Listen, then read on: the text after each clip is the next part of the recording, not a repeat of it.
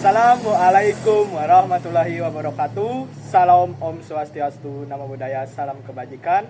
Perkenalkan, kami dari kelompok 1 dengan materi intoleransi agama dan diskriminasi terhadap kelompok agama.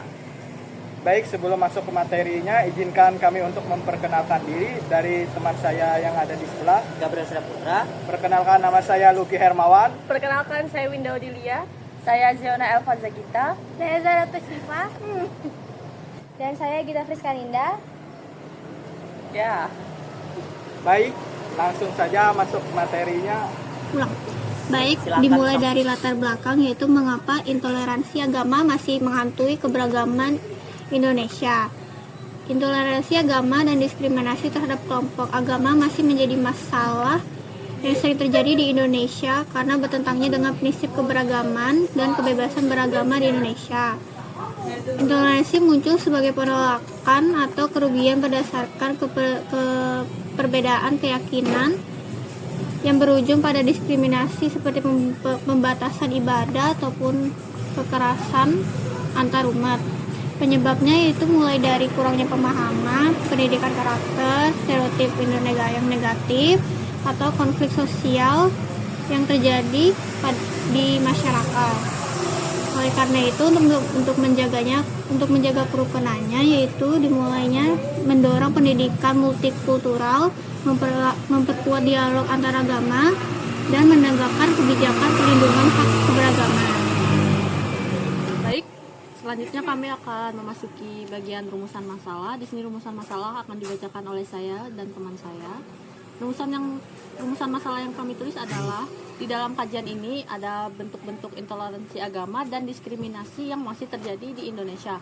Faktor-faktor yang muncul menjadi penyebab munculnya intoleransi antarumat beragama. Yang selanjutnya, serta upaya-upaya yang dapat dilakukan untuk memperkuat toleransi dan melindungi kebebasan setiap individu dalam menjalankan ibadahnya dengan aman dan nyaman. Ikut permasalahan nyata yang ada di Indonesia.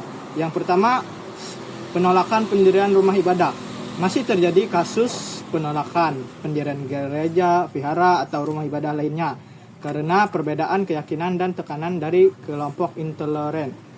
Beberapa daerah memberlakukan syarat administrasi yang dipersulit sehingga kelompok minoritas tidak dapat membangun rumah ibadah. Meskipun sudah memenuhi prosedur, kondisi ini mencerminkan lemahnya toleransi, rendahnya dialog antar umat beragama, serta ketidaktegasan pemerintah daerah dalam menjamin hak keberibadahan dan dilindungi konstitusi.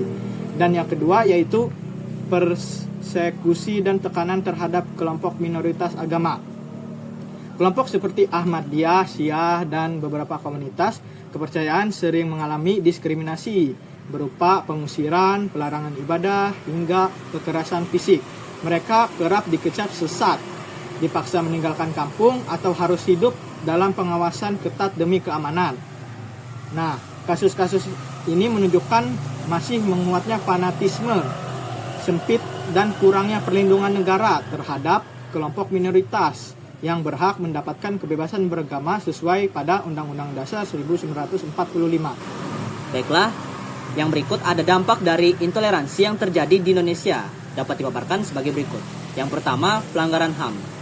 Pelanggaran HAM ini melanggar hak dasar warga negara, terutama kebebasan beribadah, seperti yang termasuk dalam pasal 29 Undang-Undang Dasar 1945, yang berujung pada diskriminasi, persekusi, dan trauma psikologis korban.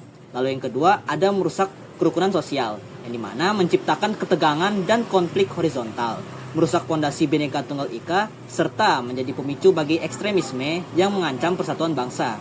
Lalu yang ketiga, ada pelemahan hukum dan pemerintahan, menunjukkan ketidaktegasan aparat dalam menjamin hak minoritas dan melemahkan supremasi hukum, sekaligus mencoreng citra Indonesia di mata internasional.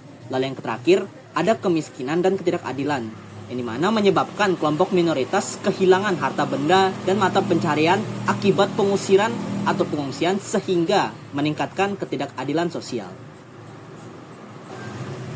Berikut upaya yang dapat dilakukan untuk menghadapi permasalahan intoleransi agama dan diskriminasi terhadap kelompok agama. Yang pertama yaitu memperkuat pendidikan toleransi di sekolah dan kampus. Pendidikan yang baik memberikan pemahaman tentang keberagaman, akar perbedaan, dan cara berinteraksi tanpa prasangka.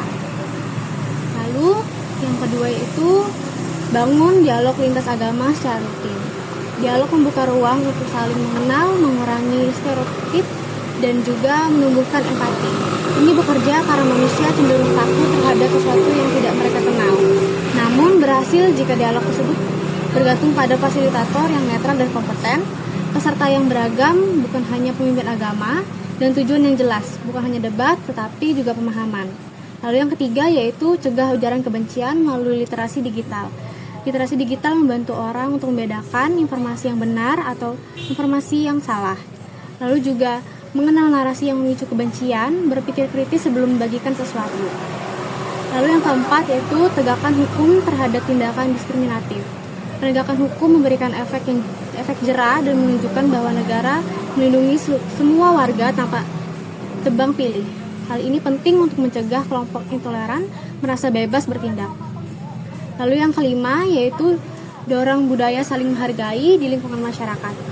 Budaya ini tidak dibangun melalui aturan formal, tapi lewat kebiasaan sehari-hari. Bekerja sama, bergotong royong, komunikasi, dan interaksi positif antar warga.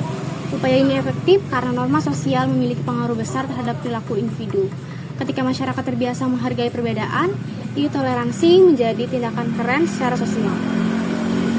Baik, sekian presentasi dari kami. Mohon maaf jika ada salah kata. Terima kasih. Ebi ngasih kata-kata.